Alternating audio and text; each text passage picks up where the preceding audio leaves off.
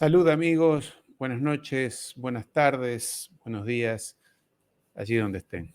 Es un placer saludarlos nuevamente para hacer un balance de la geopolítica mundial, para hablar de geopolítica. Muchas cosas han pasado en los últimos días, en las últimas semanas, y merece que hagamos un raconto de los grandes temas. En primer lugar, estamos de cumpleaños. Tenemos que saludar el festejo del aniversario de por lo menos dos grandes acontecimientos que influyen en la vida de los latinoamericanos, una de ellos y otra en la de todos los ciudadanos del planeta. En primer lugar, estamos en el año 2023, se están cumpliendo entonces 200 años de la doctrina Monroe, la nunca suficientemente bien ponderada doctrina Monroe, aquella que, déjenme que voy a poner una ficha por ahí, aquella que estableció el presidente de los Estados Unidos, no me acuerdo su nombre de pila, se llamaba Monroe de apellido, allí en 1823, es decir, hace 200 años, él le dijo al mundo, sobre todo en aquel momento a los europeos, América para los americanos. Eso fue lo que les dijo este caballero, simpático. La cara que tenía no era muy simpática por los retratos que se le hicieron en aquel momento. No parecía un hombre muy simpático. Estos puritanos eran bravos de cara. En fin, bueno, ese señor le dijo al mundo que América, obviamente que no pensaba en Latinoamérica, ni en Hispanoamérica, ni nada de eso. Él dijo, desde Alaska hasta Ushuaia es todo nuestro. Esto es nuestro. Estados Unidos es el propietario, simbólico obviamente, de toda esta región y sus habitantes adentro, que estaban adentro. Esto lo que quería decir este muchacho Monroe era eh, bueno, que a los europeos, en aquel momento, 1823, es decir, estamos hablando en el periodo de pura guerras de liberación o de independencia de Hispanoamérica, de Latinoamérica, procesos que no habían culminado, obviamente, pero digamos ya era el clima de lo que se venía.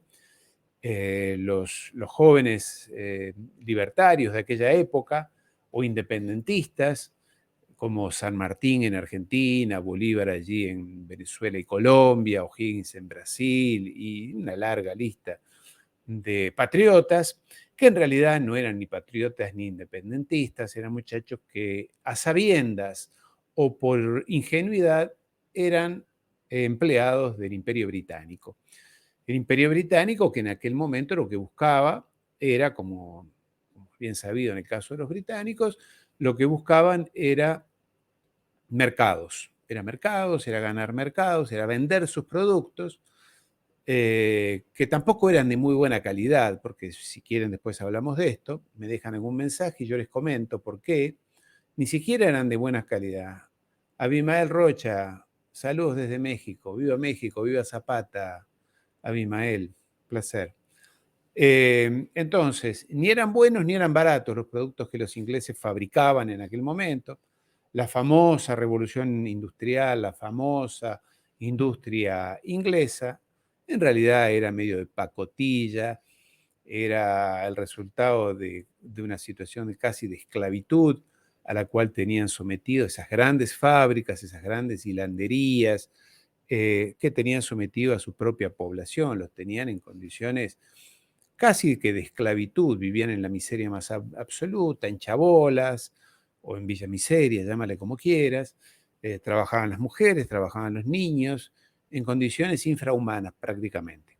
Pero bueno, 1823, doctrina Monroe, los Estados Unidos, aquel muchacho, el presidente Monroe, que en realidad la ley obviamente que no la escribió él, ni siquiera la pensó él. Había otro grupo allí de puritanos, salvajes puritanos, que le escribieron esa ley, que como digo, decía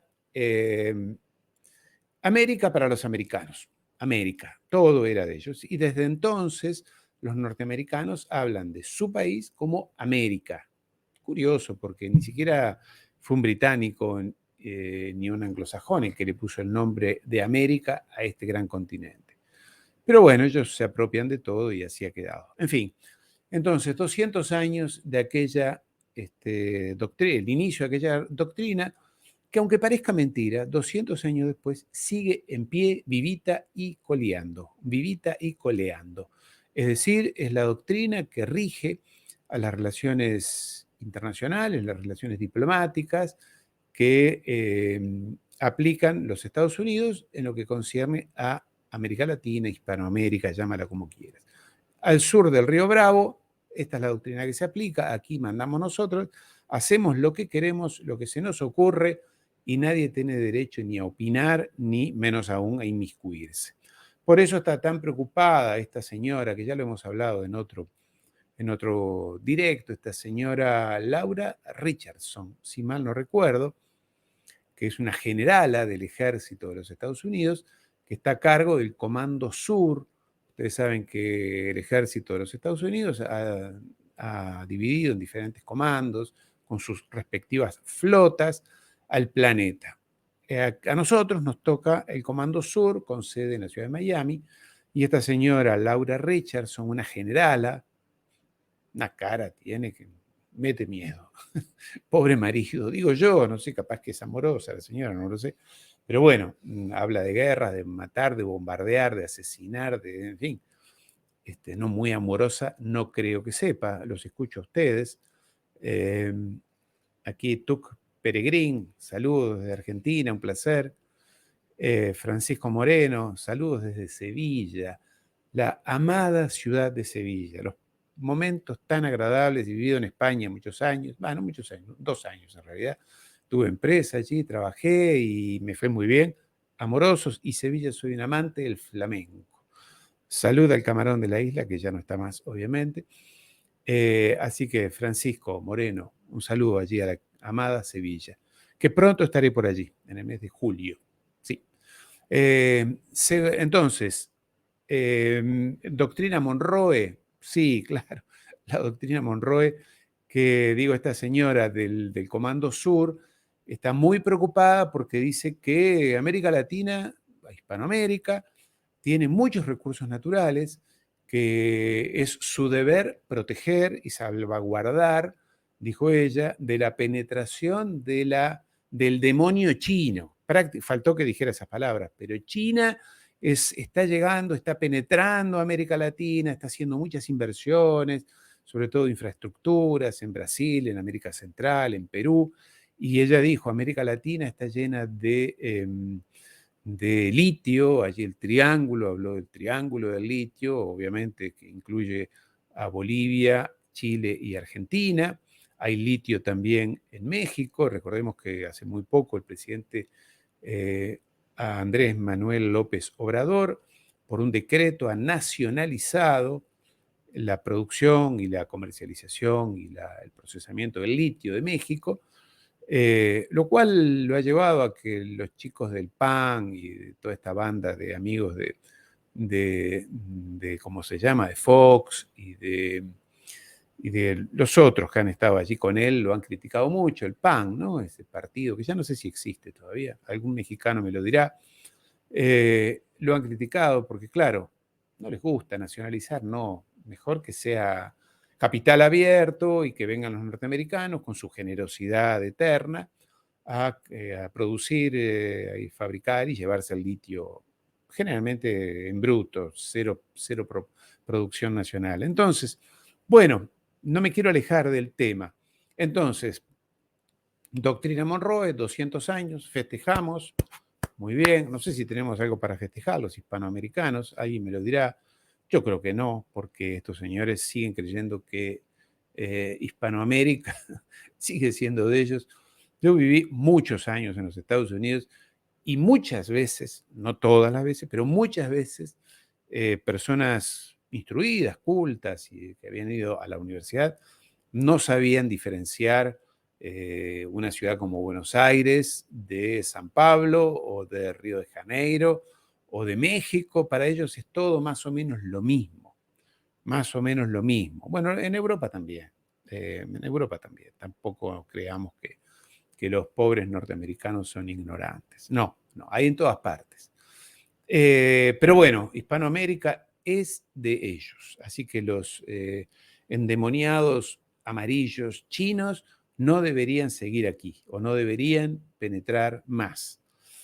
Pero también estamos de cumpleaños porque, claro, no sé si recuerdan, 2003, 2023, van 20 años. ¿De qué? ¿20 años de qué? De la tan triste idea aquella, no más que una idea, una realidad, una tan triste idea que fue la invasión a Irak. Sí, señores, allí el amigo Bush, George W. Bush, aquel que era alcohólico, ¿se acuerdan? Que, bueno, cualquiera puede ser alcohólico, y se redimió, se curó, abandonó el alcoholismo, se hizo fanático religioso, a tal punto que él desde entonces dice que su vida está regida cotidianamente por la lectura de la Biblia. Él no lee otra cosa más que la Biblia. Bueno, está mejor que Donald Reagan, que leía solamente historietas, sobre todo de aventuras del oeste norteamericano. Aquí el amigo Jorge Abraham me dice que sí, que el PAN todavía existe. Está en una alianza con el PRI porque solo unidos no pueden competir. PAN y PRI. Mira que saludos de México. Sí, Jorge Abraham, gracias. La información que me das es lamentable. El PRI y el PAN unidos. El hambre y las ganas de comer, realmente la desesperación que deben tener estos. Qué triste la política latinoamericana. El mundo es triste, porque tampoco creamos que hay grandes líderes en otros países. América Latina padece la misma realidad que otros países, pero más que triste es patético, el PAN y el PRI juntos. Bueno, pero no nos alejemos de este aniversario, 20 años, de la llegada de los Rangers, de los marines y demás, al gran país de Irak. Y digo el gran país de Irak porque ustedes saben que yo soy historiador, pero más allá del título, soy un apasionado de la historia desde toda la vida y especialmente apasionado por la historia de esa región. Pensar que Bagdad, capital de Irak, fue el centro cultural del mundo, de verdad, no como París, que dicen que París, tengo un afecto especial por París.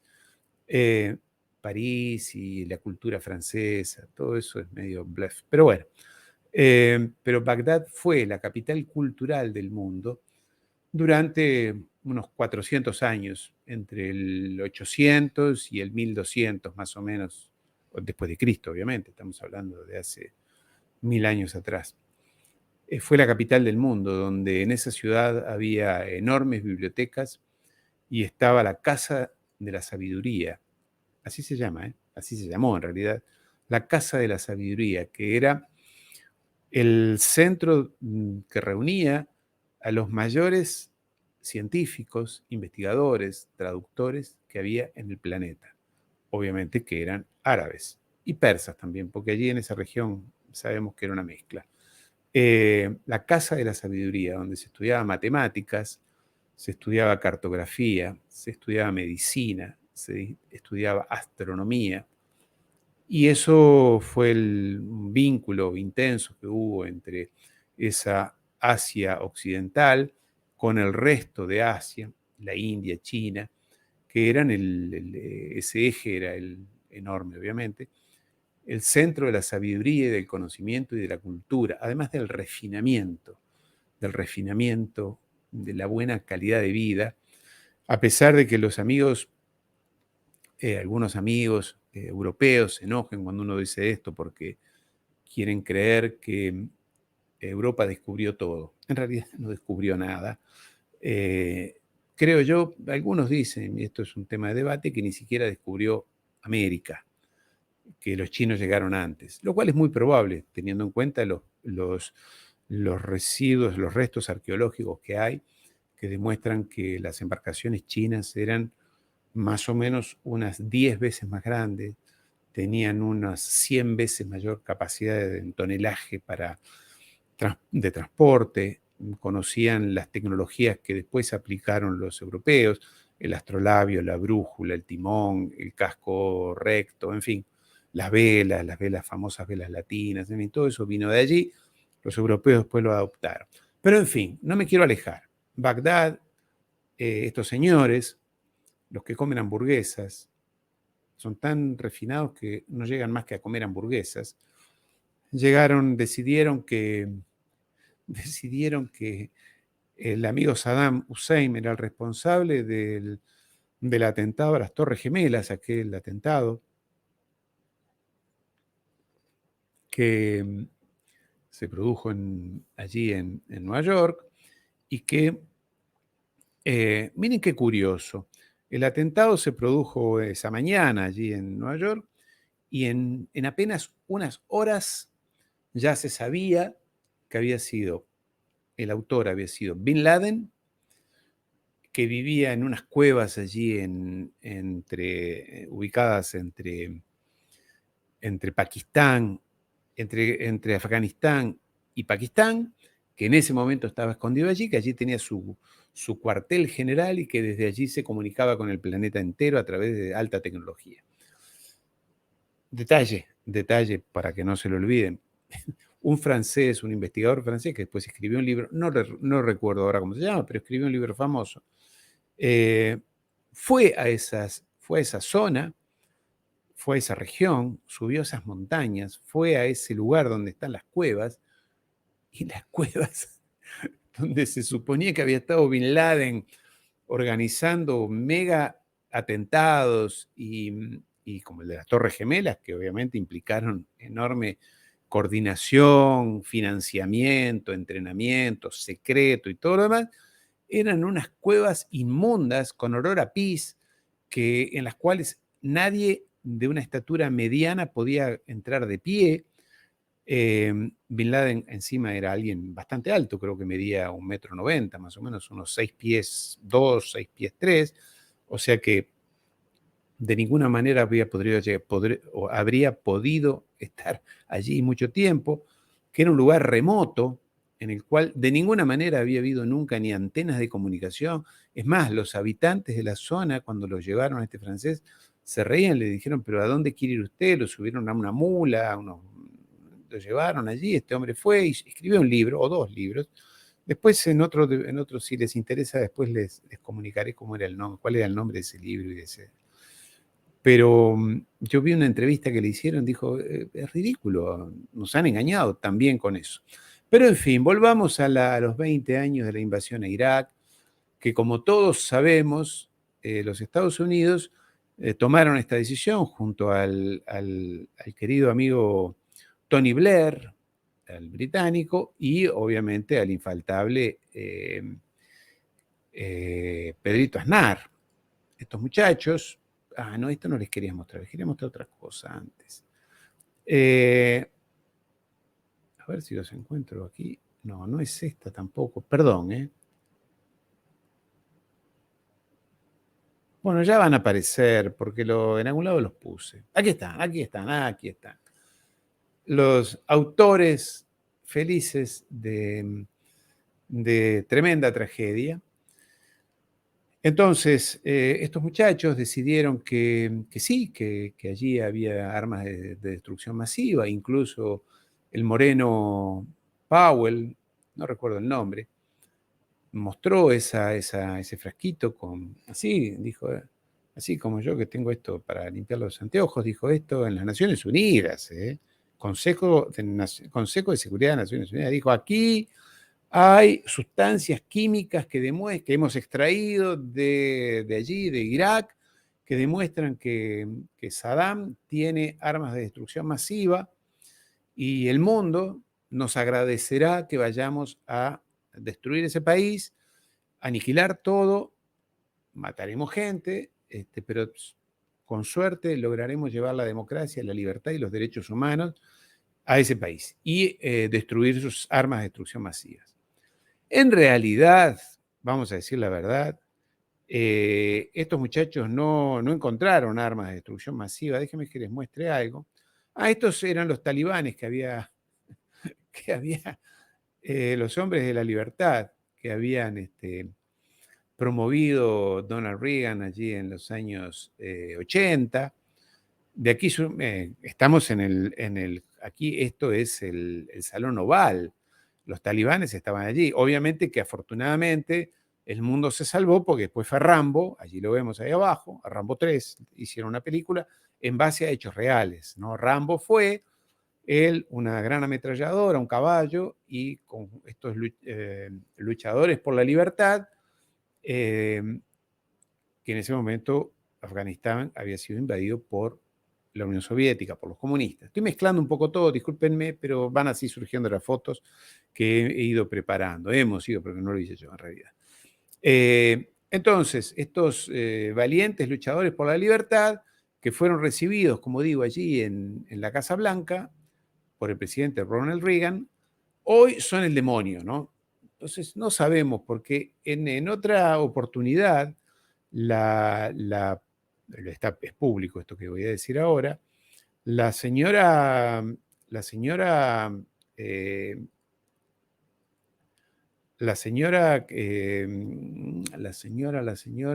Hillary Clinton ha dicho públicamente que ellos son los que los han organizado, financiado, armado y entrenado a los talibanes. Hemos sido nosotros, dijo ella, en los años 90, después de Reagan.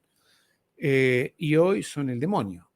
Estos muchachos se convirtieron, no sé, a lo mejor los engañaron. Tú sabes que los muchachos, los chicos de allí, de estos árabes, son tramposos. Para mí los engañaron a los pobres norteamericanos. Se convirtieron en esto, en el ISIS. Aquellos que estaban en el Salón Oval, más otros que les envió Arabia Saudita, otros fanáticos como Bin Laden, se convirtieron en fanáticos y se convirtieron en esto, en el ISIS, que claro, este señor los dirigía. Me gusta siempre porque hablan siempre con el dedo en alto, no sé por qué, Bin Laden también, amonestando al mundo. Y claro, después cometen algunas barbaridades, esto de degollar personas, ponerlos en una jaula y ponerlos arriba del fuego. Esto, claro, se les va un poco la mano a estos muchachos de ISIS. Lo que pasa es que los entrenaron los británicos, y los británicos, como sabemos, son bastante crueles. Lo fueron durante la Guerra de las Malvinas en Argentina, con los jóvenes soldados argentinos. En fin, pero esto es otro tema. Bueno, entonces, 20 años de la invasión a Irak, que como decía, era con la idea de llevar la libertad, la democracia, los derechos humanos, la seguridad a toda esa región, que como sabemos no logró ninguno de esos objetivos, a pesar de que Bush se subió a un helicóptero, después se bajó, se subió a un avión de combate, después en un barco, dijo, misión cumplida. Claro, se olvidó decir que habían matado. La discusión está si fueron entre 5 y 7 millones, no solamente allí, en todo lo que ocurrió después, que fue Afganistán, que fue lo que vino después, Siria, Libia, el norte de África, la zona del Sahel, Mauritania, Sudán, en fin, hay que poner todo en el mismo paquete porque era la famosa guerra contra el terror. Yo no soy militar, he trabajado bastante en el sector militar, pero no soy militar, y nunca vi que en ninguna doctrina militar del mundo se defina a la técnica de guerra como un enemigo. Es decir, como si, supongamos, dado que los alemanes en la Segunda Guerra Mundial, con Rommel, con el general Rommel, habían desarrollado muy bien la técnica de guerra con blindados, con tanques de guerra, es como si en aquel momento los ingleses hubieran dicho nuestros enemigos son los tanques de guerra de alemanes. Estamos hablando, el terrorismo es una técnica, una táctica, no es un enemigo en sí. sea, no puede uno definir que voy a luchar contra el terrorismo. Bueno, tan burros son estos anglosajones que dijeron que estábamos luchando contra el terrorismo. Claro, eso les servía para poner todo adentro, todo. Cualquier cosa que no les gustara a ellos era terrorista, era terrorismo, y quien a ellos como personas no les gustara era un terrorista. En fin, esto es el resultado de una invasión a ese país que fue muy discutido dentro de Naciones Unidas. Yo no recuerdo si al final Naciones Unidas les dio autorización o no. Recuerdo, sí, yo vivía en Francia, que el gobierno francés de Jacques Chirac, con un ministro de Relaciones Exteriores que se llamaba de Villeneuve, un hombre con un bello cabello blanco y con mucha prestancia, dio un discurso en Naciones Unidas, los cuales Francia no apoyaba la invasión a Irak. Y sin embargo, estos chicos, como digo, fueron allí. Tony Blair, el amigo Aznar, que ya se había sacado el bigote, creo, que le hacía una cara aún más diabólica toda. Y el ex alcohólico Bush decidieron que había que ir a bombardear allí. Obviamente que ninguno de ellos fue el autor de toda esa idea. La verdad, de los verdaderos autores fueron los neoconservadores norteamericanos, encabezados por Kristol, Kaplan, inspirados en las doctrinas de Brzezinski, en fin, varios nombres que andan allí, Juan Ramón Villalobos, Jacobo, gracias, me dice Don Ariel. Cuando alguien me dice Don Ariel, yo supongo que debe ser o peruano o colombiano. Son gente muy educada, por eso es un placer hablar con ellos, muy respetuosos. Así que, Juan, ¿de dónde eres tú? Entonces, esa doctrina de invadir todo Medio Oriente fue una obra de los neoconservadores, que son los mismos que hoy están guiando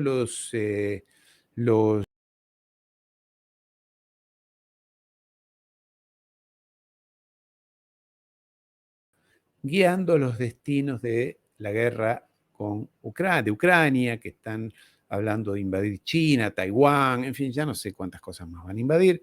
De esto hablaré pasado mañana, el jueves. Haré un tema muy especial y muy solemne y muy formal sobre este tema. Entonces, estos neoconservadores, que lo voy a poner una más, aquí están, que son los que hoy están dirigiendo la política exterior de los Estados Unidos. Claro, tú me dirás, bueno, pero Bush ya no está más, Obama ya no está más, de los que están aquí no hay ninguno en ejercicio. Pues te equivocas, te equivocas. El abuelito Biden, este señor tan tierno, ¿verdad que es tierno cuando uno lo ve caminando y así, parece tan bonito, y se pierde y saluda a alguien que no está y le quiere dar la mano a alguien que no hay, y se tropieza y se cae de las escaleras? Inspira ternura, ¿no? Inspira ternura Biden, sí. Uno dice, qué buena persona debe ser, qué dulce un abuelito así.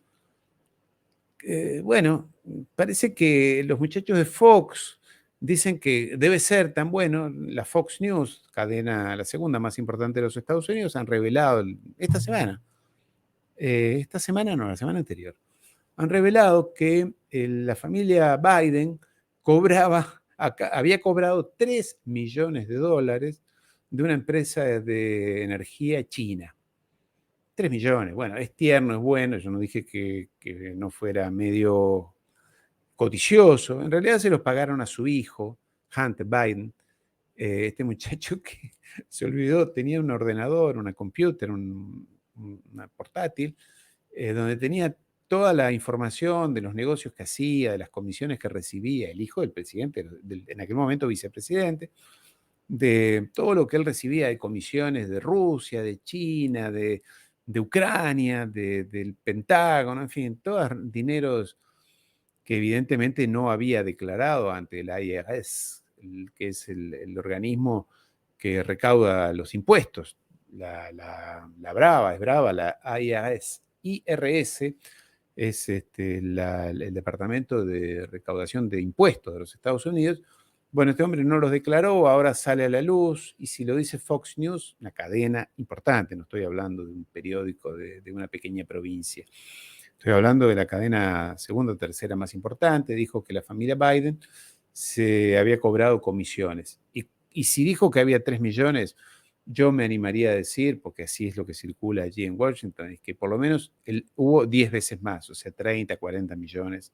Pero en fin, bueno, Biden. Ya no está más, ya no están más estos personajes que ven en la foto, pero se equivocan, porque la política exterior de los Estados Unidos la siguen manejando prácticamente las mismas personas. Obviamente que Colin Powell ya no está, ha fallecido, y los tres de arriba, Blair y Aznar y Bush, no están más en el poder, pero los de abajo sí.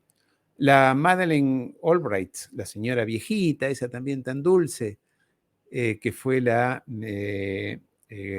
secretaria de Estado de Clinton, pobre esta chica, esta señora, muy amorosa, muy amorosa. En un momento le preguntaron si la guerra que había provocado en Afganistán, creo, porque esto también fue después, 2004, 2005 más o menos, o antes. No, perdón, estoy confundiendo. Ella fue de Clinton, y si los muertos allí en la primera guerra del Golfo que habían provocado, le pregunta a una entrevistadora en la televisión, está en YouTube, lo buscan. Le preguntaron y le dijeron, pero usted siente pesar porque las sanciones que ustedes están aplicando a Irak después de la primera guerra del Golfo han provocado, por ejemplo, que 500.000 niños, así le dice la periodista, que murieran 500.000 niños porque ustedes les han aplicado sanciones tan duras a Irak que Irak no puede recibir ni siquiera medicamentos para curar las enfermedades más tontas, como la, la rubiola, no sé, algunas enfermedades muy, no, rubiola no. En fin, enfermedades muy tontas que tienen los niños habitualmente, pero como no había medicamentos, resultado del bloqueo de las sanciones que le aplica los Estados Unidos a Irak en aquel momento, usted no siente pesar por eso. ¿Y saben qué dijo esta tierna señora, la que está en la foto vestida de negro abajo, que ya murió?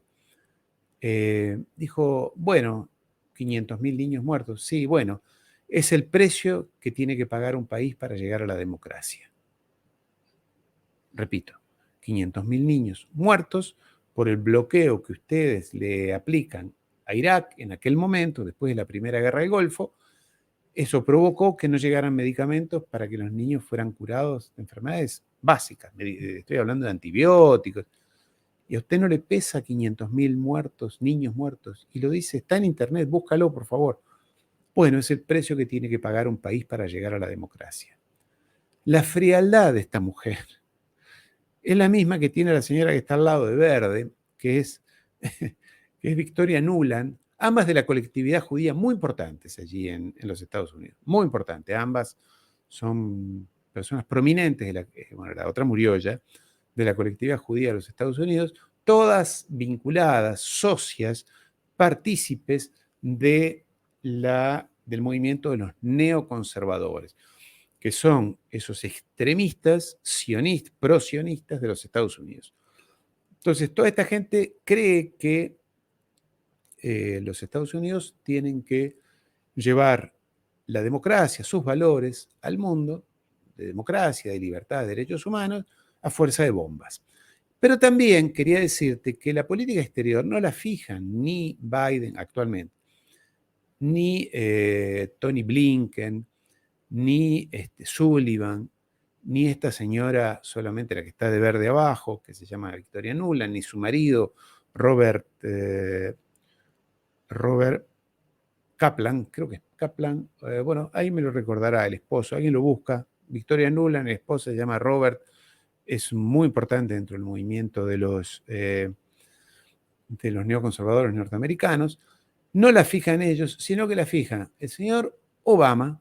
Sí, Obama es quien está detrás de la cortina, ¿sabes? Allí, mientras Biden lee en un teleprompter lo que le ponen y le dicen al oído, para que no se equivoque, porque pobrecito está bastante viejito ya. Entonces, para que no cometa demasiados errores, ahí lo controlan con un audífono, le van diciendo lo que tiene que hacer, decir, dónde moverse, pero la política exterior viene de los neoconservadores y de esta señora morena, digo morena para no decir negro, porque si no parece que eso también puede ser ofensivo, así que aquí no queremos ofender a nadie, ni ser ninguna expresión de racista, ni mucho menos, que es Susan Rice. A no confundir con Condoleezza Rice, que era la secretaria fue secretaria de Estado, consejera de Seguridad y demás, del chico que está arriba, de este que está acá, de George W., allí en el 2003, 2004, 2005. No confundir porque tiene el mismo apellido, se parece como si fuera arroz. Esta señora Susan Rice es la que mueve los hilos realmente de la política exterior de los Estados Unidos actualmente. Bueno, 20 años. El otro día lo vi creo que era el ministro de Defensa de Gran Bretaña, un inglés, depositando una corona floral allí, creo que en Londres, no sé dónde, a los soldados ingleses caídos durante la ocupación de la alianza, aquella alianza, estoy hablando de Tony Blair, Bush y Pedro Aznar, esa alianza que invadió Irak. Y depositaba una ofrenda floral a su... ¿Saben cuántos soldados murieron en esos? Creo que la guerra de Irak, o la invasión a Irak, duró desde 2003 al 2011, o sea, 8 años. No se sabe cuántos iraquíes murieron. Algunos dicen que 1 millón, otros dicen hasta 3, otros dicen 600.000. Pero en todo caso estamos hablando de cientos de miles de personas iraquíes, la mayoría civiles. ¿Sabes cuántos murieron del lado británico? 179. Miro para corroborar, 179 soldados británicos murieron en esos 8 años, mientras que del lado iraquí murieron, ya digo, entre 1 millón, 5 millones, 600.000, 1 millón, 3 millones. Claro, nadie sabe, bombardeaban y chao. Y un dato curioso para aquellos que les interesan los datos curiosos y que hablan con cierta liviandad sobre algunos temas, mucha gente dice, pero ¿cómo? Qué débil es el ejército ruso que no ha podido doblegar a los ucranianos. Hay como un pilar de la doctrina militar que dice que aquel que invade un país o un territorio, por lo menos tiene que llevar el triple de fuerzas que el que defiende. Algunos dicen ahora que Putin, el Kremlin, no tenía buena información y no se imaginaba que del lado ucraniano había más o menos unos 150.000 a 200.000 soldados. Que, claro, después nos enteramos, lo dijo Merkel, que durante 8 años la OTAN los había entrenado, financiado, armado, etc. Por eso Putin fue con 100, 150.000 contra 150.000 o 200. Después reforzó. Pero no se sabe bien, hoy se dicen que hay 400.000 más o menos rusos. ¿Saben con cuántos soldados atacó la coalición, esta que estamos hablando, de los muchachos de Bush y compañías, a Irak? ¿Con cuánto atacó? Con 600.000 soldados. Mientras que abajo, en Irak, entre la Guardia Republicana, los guardias pretorianos y demás, no llegaban a 150.000. Y lo curioso es que lo que no hizo Rusia y que sí hicieron los chicos de la coalición en Irak fue durante 90 días absolutamente y exclusivamente bombardearon desde el aire y desde los buques. Bombardearon todo, arrasaron todo, ciudades, monumentos, bibliotecas y obviamente mataron gente. Durante 90 días bombardearon, cosa que no hizo Rusia, porque como eran prorrusos las personas que estaban allí en el Donbass, no los querían matar a su propia gente. Lo podrían haber hecho, no lo hicieron, fueron casa por casa, matando uno por uno a los ucranianos. Estos chicos de la coalición no Bombardearon durante 90 días. Después mandaron los blindados, 600.000, 600.000. Unos dicen que 550. ¿Quieren 500.000? Perfecto, 500.000. Después de bombardear y limpiar, entre comillas, todo el territorio. Bueno, pero el punto de partida fue que me sorprendió. Entre 1.000.000, 2.000.000 de muertos iraquíes y soldados británicos, 179. Un poco desproporcionado, ¿no? No sé qué piensan ustedes. Bueno, resultado de todo esto, ¿qué más nos dejaron estos chicos? Nos dejaron un país en llamas, una región completamente convulsionada, y nos dejaron también un lindo regalo, le dejaron al planeta un bello regalo, que fueron vamos a verlos,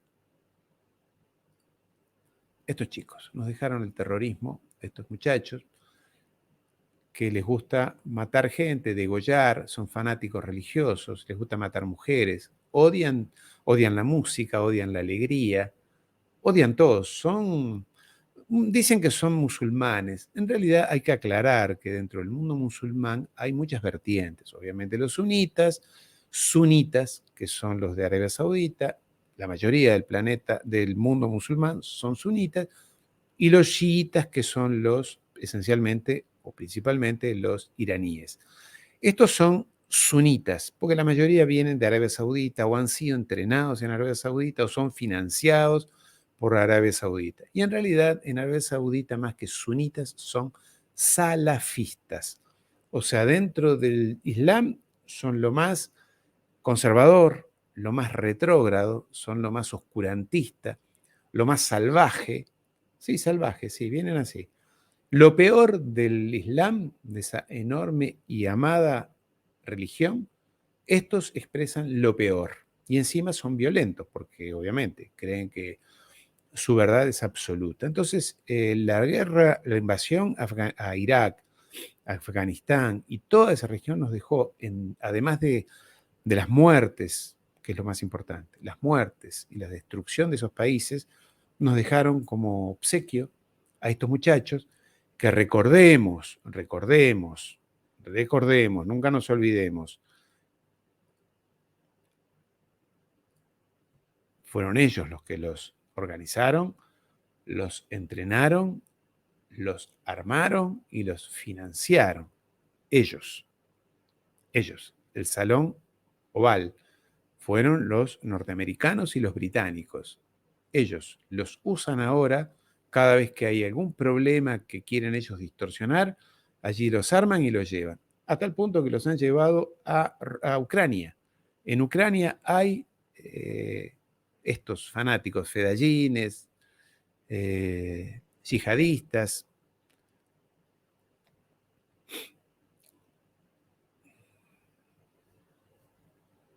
Exactamente, Jorge Abraham dice que estos han sido los que han fomentado una imagen distorsionada del mundo islámico. Totalmente de acuerdo, Jorge, es lo que acabo de decir. Estos expresan lo peor y que evidentemente en los medios de comunicación occidental son lo que quedan, a tal punto que mucha gente ve a un musulmán caminando por alguna calle y se imagina que es un fanático religioso como este. Y no es el caso, estos son la minoría, pero como están muy bien financiados, muy bien entrenados y armados, provocan muchísimo dolor en el mundo. Bueno, yo no los quiero aburrir mucho más, era lo que quería recordar, estos dos aniversarios, el de la doctrina Monroe y el de los 20 años de las operaciones estas de limpieza y de restablecimiento de la democracia, que deberíamos agradecerles a los amigos anglosajones. Ellos nos traen la democracia siempre, nos traen la libertad, quieren llevar los derechos humanos, esos valores que a ellos les cuesta aplicar en sus propios países, porque si vemos lo que está pasando en Francia hoy, y aquí ya no hablo de anglosajones, hablo de de Francia en este caso, en estas horas, en estos días, hay enfrentamientos, batallas campales en casi todas las grandes ciudades de Francia, entre manifestantes que no quieren la reforma de las jubilaciones que aplica el niño de los ojos azules y empleado de los Rothschild. No estoy mintiendo.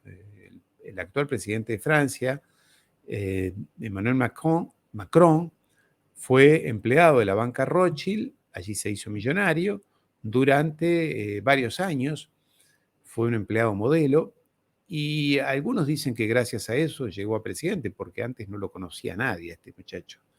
Nadie sabía de la existencia de...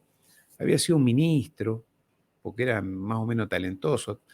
Tan talentoso no debe ser. Conozco bien el sistema educativo francés, porque 2 veces fracasó en el examen de ingreso al ENA, Escuela Nacional de Administración, una prestigiosísima y exigente escuela universitaria de Francia, y fracasó 2 veces en el examen de ingreso. Así que tan brillante no podía ser. Pero en fin, bueno, hay un tema más que no me lo quiero olvidar, que lo quiero mencionar, que es,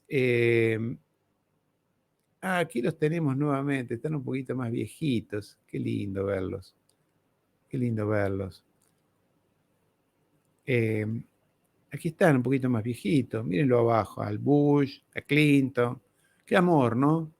Estos chicos en 23 años, más o menos desde allí, del fin de los 90, hasta ahora, invadieron 9 países y mataron en total más o menos unos 10 millones de personas, más o menos. Obviamente que mientras bombardeaba decía bombardeen allí, y allí no, aquí tienen más bombas. El amigo Obama, mientras él decía eso, los lambebotas de siempre, que siempre los hay, en este caso los suecos, escribían y preparaban la orden de darle el Premio Nobel de la Paz. Uno de los presidentes que más bombardeó, le daban el Premio Nobel de la Paz. Claro, lo que pasa es que es morenito y es simpático y eso ayuda, limpia la cara, en fin, es más mediático que los demás, como el amigo Clinton, tan simpático él, con ese carisma que tuvo. Yo no sé si era el mismo carisma que aplicaba cuando iba con las... Y lo que voy a decir está en los medios de comunicación, no es algo que no es un complot, está, en fin. Cuando iba con niñas menores de edad, niñas menores o niños, no se sabe, a la isla de Jeffrey Epstein, el gran pedófilo, este hombre que tenía la red de pedofilia más grande de los Estados Unidos, que se suicidó en una cárcel de alta seguridad allí en Nueva York hace un par de años, cuando iba a declarar, a contar la verdad. Bueno, ahora se sabe, ya hay fotografías, esto no hace falta que las pongan, las encuentran. Clinton yendo a la isla que este señor tenía, una isla allí al lado de Bahamas, donde llevaba niñas menores de edad para el disfrute de personas como Clinton, como Bill Gates, por eso la esposa de Bill Gates lo abandonó hace un par de años atrás, a Bill Gates, porque esto lo reveló el New York Times en primera página, también Bill Clinton, que eran aficionados, tenían este delito. Aquí no voy a hacer ninguna gracia. Estos degenerados, estos enfermos mentales, estos, ponle todos los epítetos y calificativos que se te ocurran, estos enfermos mentales eran clientes de Jeffrey Epstein. Búscalo si quieres, Jeffrey Epstein. Y este señor, esto salió hace pocos días, se reveló, porque todo se sabe en el mundo, todo se sabe, que viajó en el avión privado de Jeffrey Epstein, estoy hablando de Bill Clinton, viajó por lo menos 17 veces a la isla privada que tenía este señor. A esa isla iban personas que te sorprendería. Mick Jagger, ¿te gustan los Rolling Stones? Bueno, a Mick Jagger le gusta tener relaciones íntimas, tengo que cuidarme con las palabras, con niños y niñas. Delito aberrante. Eh, Como digo, también el señor Bill Gates, Phil Collins. La lista es larguísima. Te sorprendería Ehud Barak, quien fuera primer ministro de Israel. En fin, la lista es larguísima. Haré algún video directo sobre este tema, porque realmente así lo amerita. Y bueno, Bill Clinton viajaba en ese avión, y como lo vemos arriba, el joven, todavía joven, casi atlético, abuelito Biden, muy orgulloso de sí mismo. Sí, hemos bombardeado, vamos a bombardear. En fin. Pero hay un tema que me está dando muchas vueltas estos días. También hablaré de ello en un directo más especial, que en los Estados Unidos, y sobre todo las personas que son emprendedoras y que llevan adelante grandes o medianos proyectos de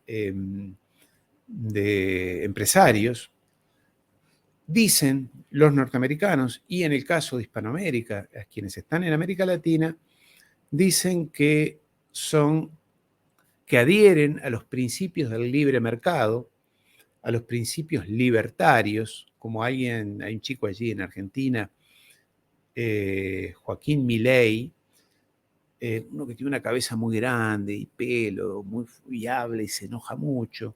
Después hay un chico aquí al lado, muy cerca, en Brasil, hay otro en México, una chica muy bonita, que no recuerdo su nombre. Hay un tal Krauser, creo que se llama Krauser, o Krauser, algo así, en Chile, que también son todos libertarios, jóvenes libertarios. Dicen que el mundo tiene que ir hacia la libertad. Todos chicos que estudiaron en la facultad y entendieron que con libertad económica, sin impuestos, con poco Estado, el mundo sería feliz porque las empresas podrían realizarse y el mercado, las leyes del mercado pondrían en equilibrio las fuerzas del mercado y eso llevaría a la felicidad y la prosperidad. No habría inflación, no habría deuda pública, el Estado tendría que ser muy pequeño, en fin, ya saben lo que hablo. Libertad, libertad, libertad. Entonces, como digo, la mayoría de los emprendedores, jóvenes emprendedores, no todos, pero la mayoría adhieren a esta idea. Ahora, cuando vienen los problemas, por ejemplo, la mayoría de los emprendedores de las startups de los Estados Unidos, las empresas tecnológicas, las nuevas empresas tecnológicas, de allí, sobre todo de la región de Los Ángeles o aquí en Palo Alto o en diferentes puntos de California, ponían su dinero aquí en los bancos de la región de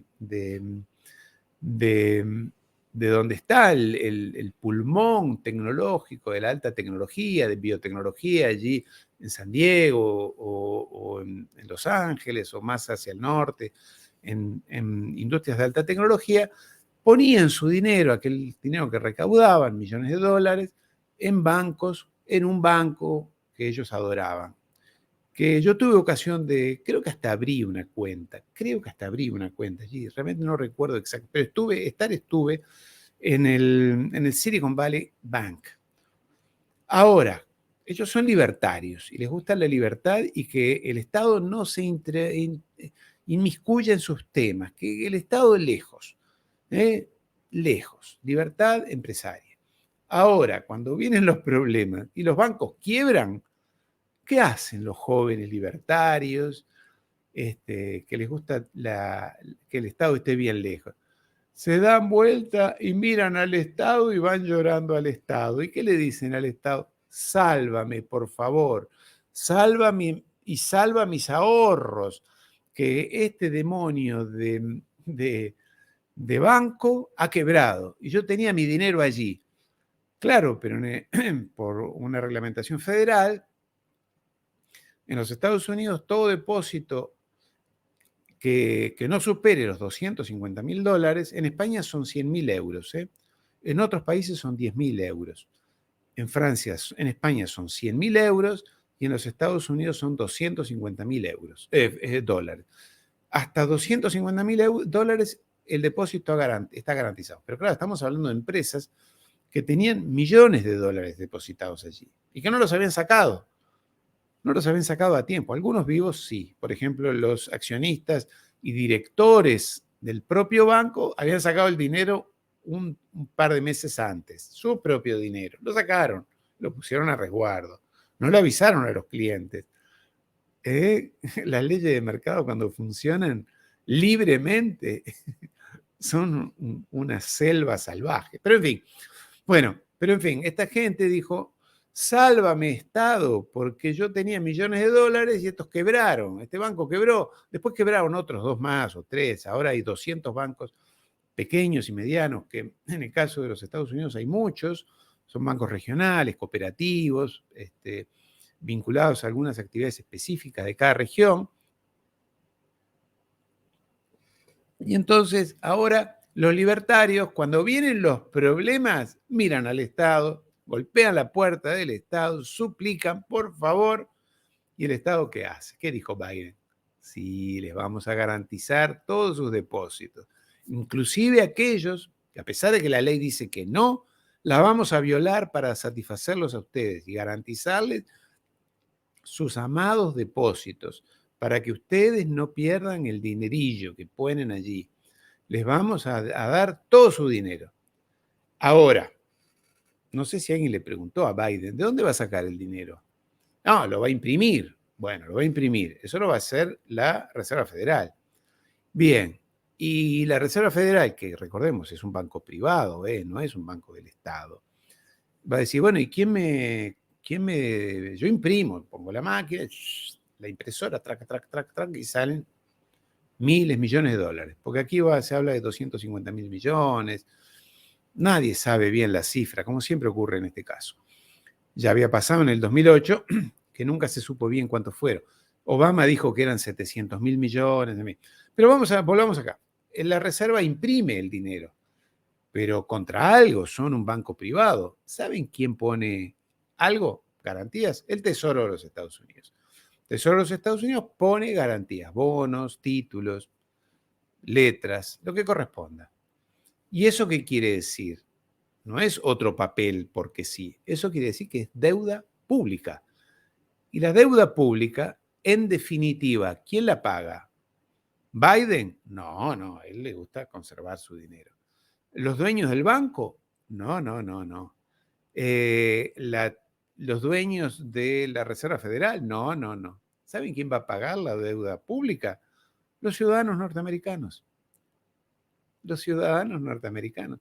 Claro, tú me dirás, los Estados Unidos es el país más endeudado del planeta, tiene el 120% de su PBI, no recuerdo la cifra, pero es una cifra monumental, 200.000 millones más, ¿qué le hace? Pero, ¿cómo? Si tú eras libertario, eras un empresario exitoso, que tenías toda la información de mercado, no te gustaba y cada vez que hablabas, porque era el caso de la mayoría de los empresarios, emprendedores, hablan mal del Estado, no digo que al Estado haya que defenderlo siempre, pero tampoco lo critiques mucho, porque después tienes que ir a pedirle favor, por ejemplo, que te dé su dinero.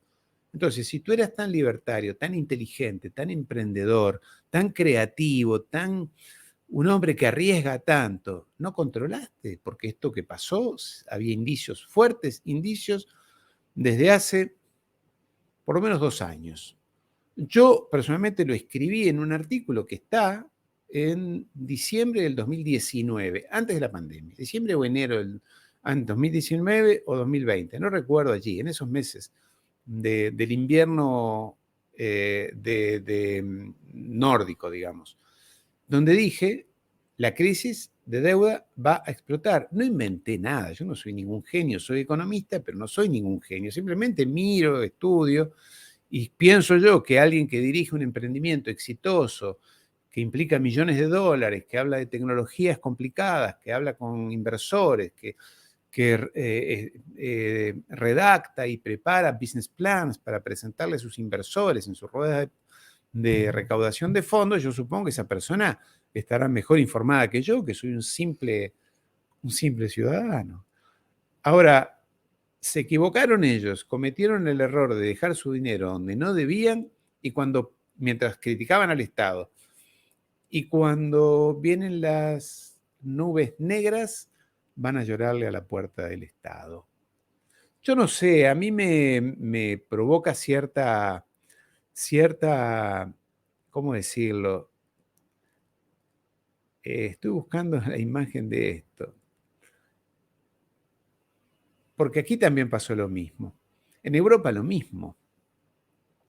Allí los empresarios, los grandes empresarios, los empresarios y los empleados de los empresarios. Porque recordemos que cuando uno ve en televisión el CEO, el CFO, dirigentes de empresas y demás, son simples empleados, con buenos salarios, comisiones, bonos y demás, pero son empleados. Los grandes empresarios en general, tú y yo no los vemos en televisión, ¿eh? Los dueños de verdad. Entonces, mandan a sus empleados, los mandan a Davos. A Davos no van los dueños de las empresas, los verdaderos. Van algunos porque tienen que ir, pero la mayoría de los que van son figurantes, ¿eh?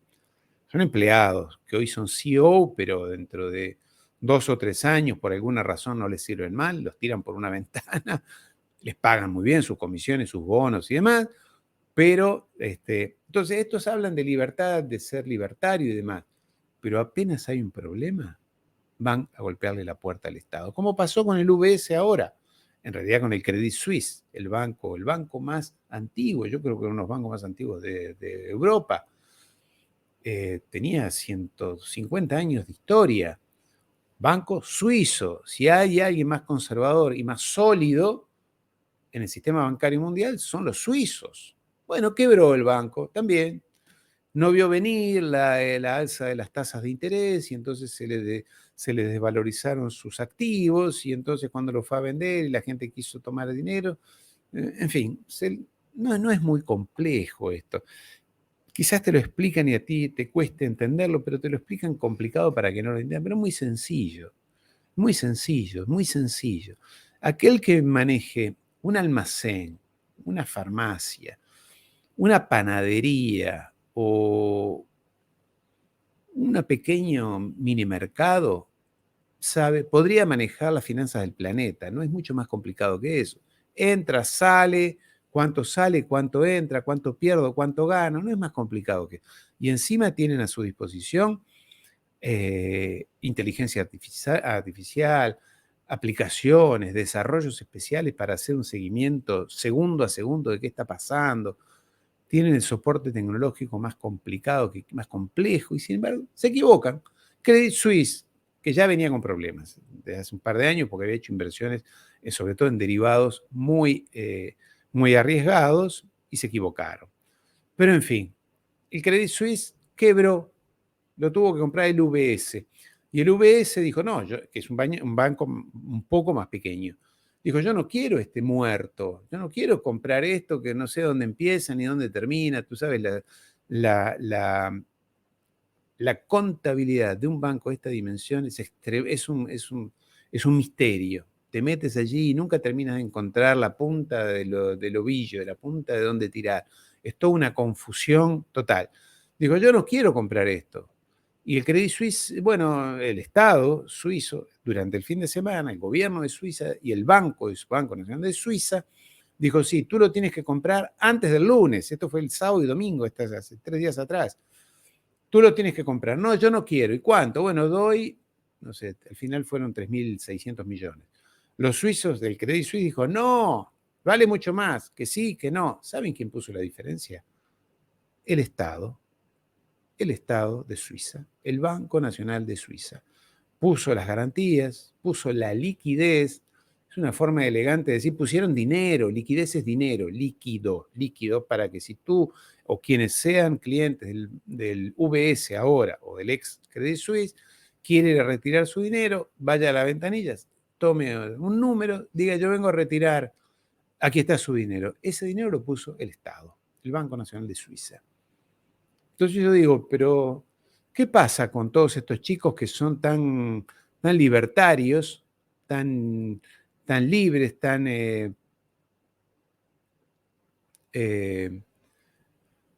que les gusta tanto la libertad de mercado, de comercio, de emprendimiento, pero que cuando llega la hora de la verdad, aquí me dice Tai Chi.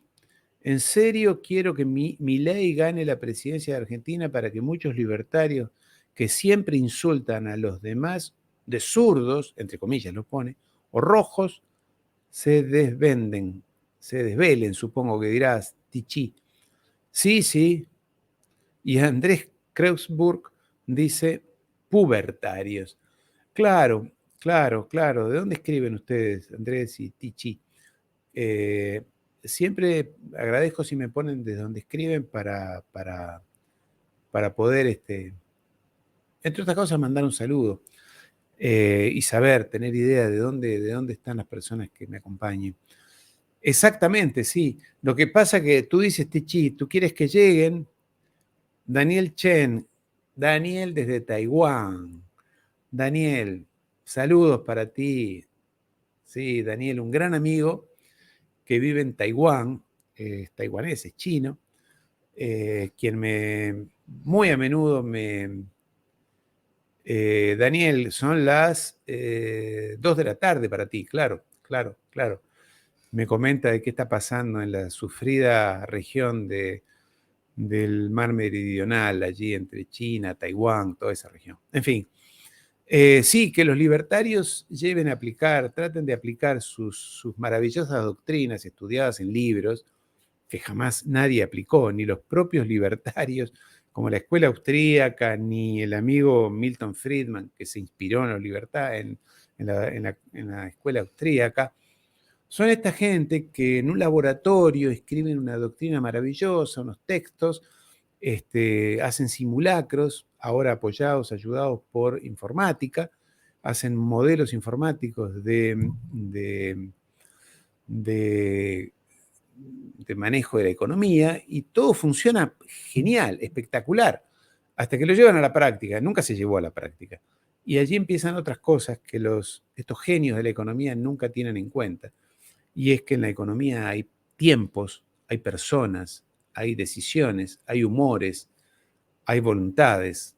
Y claro, ellos todo eso no tienen en cuenta. Si el ordenador dice que tiene que funcionar, tiene que funcionar. Por eso se convierten en futuros dictadores, en futuros... Nilda Lila desde Argentina, saludos, Nilda. Y Andrés Kreuzberg desde Puerto Montt, bellísima ciudad del sur de Chile. Fresco, fresco, el clima debe estar fresco ahora allí, pero bellísima ciudad, bellísima ciudad. He comido muy bien en Puerto Montt, sí. Bueno, entonces, quería hacer una salvedad sobre esto de los libertarios que están ahora tan de moda y que hablan con tanta autoridad. En el caso de España son los chicos de Vox, que ellos, claro, lo mezclan con otra cosa, con temas más políticos, ideológicos, culturales, allí en España, ¿no? Pero también hablan de la libertad. Y claro, uno dice, bueno, pero ¿y el Estado? El Estado no hace falta. Bueno, está bien, el Estado es un peso fuerte, sin duda. Muchas veces se inmiscuye en cosas que no debería, comete errores, es burocrático, es lento, no toma decisiones, le cuesta tomar decisiones. Depende de los países, ¿no? Obviamente, depende de los países. Yo, como he tenido la oportunidad de vivir en muchos países, he vivido en países donde no hay Estado. No hay Estado. Son países casi fallidos, como se dice, pero no hay estados. Y en realidad son fallidos porque no hay Estado. Nadie pone orden. Cuando digo no hay Estado, quiero decir que no hay educación pública, no hay sanidad pública, no hay hospitales públicos, no hay rutas, no hay electricidad, no hay agua potable, porque eso lo hace el Estado, siempre lo hizo el Estado. Ahora, en esos países donde no hay Estado, yo no veo, nunca viví 5 años en esas regiones, África Central, nunca vi grupos masivos de emprendedores tecnológicos y exitosos. No vi. En realidad he visto muertos de hambre, personas muriéndose de hambre en las calles, personas tratando de sobrevivir, la gran mayoría, y unas pequeñas camarillas, plutócratas, pequeñas camarillas que viven de la superexplotación de los recursos naturales y de no permitir que prospere nada más. Pero nunca vi que sin Estado un país prospere, una región prospere.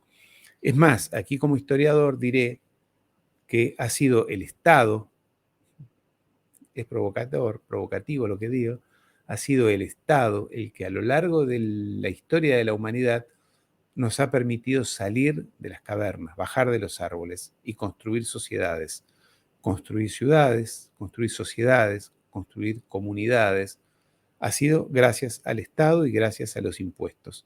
Sin estados y sin impuestos todavía seguiríamos siendo tribus nómadas como quieras, viviendo en la sabana. Pero bueno, los libertarios que nos hablan de libertad, allí están golpeando las puertas desesperadamente del Estado. Que por favor los salve.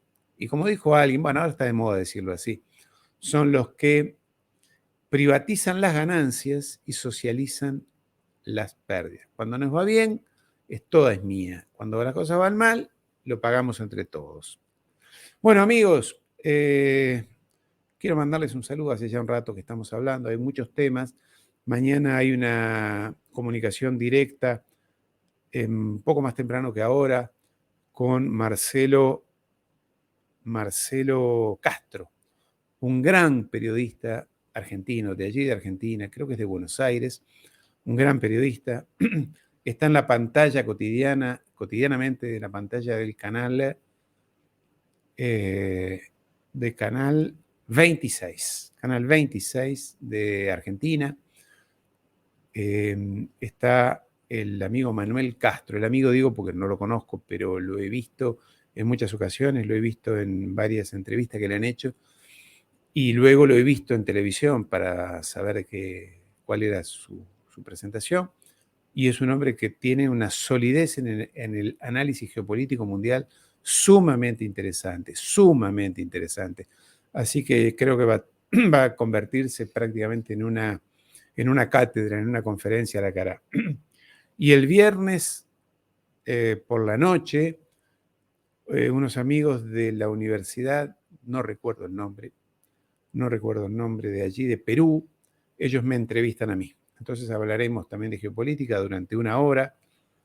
Y el jueves, o sea, entre mañana miércoles y el viernes, haré yo una presentación individual, un directo individual, donde hablaré de un tema muy importante, que ahora lo dejo planteado de esta manera. ¿Habrá guerra mundial? De eso voy a hablar el jueves por la tarde. Así que amigos, los saludo a todos los que me han dejado mensajes, muchas personas. En Ecuador ha subido la violencia 5 veces en los últimos años, dice yo allí. Fernando Rosselli, para mí Milei es un pichón de Menem, soy Fernando de Buenos Aires. Fernando, un saludo amigo. Bella Buenos Aires. He comido rico allí también. Me agrada comer. Recuerdo los lugares más que nada por la comida. Así que amigos, Daniel Chen, allí en Taiwán, cuídate tú, cuídate. Y ya hablaremos en privado para que me cuentes cómo están las cosas. Un saludo amigos.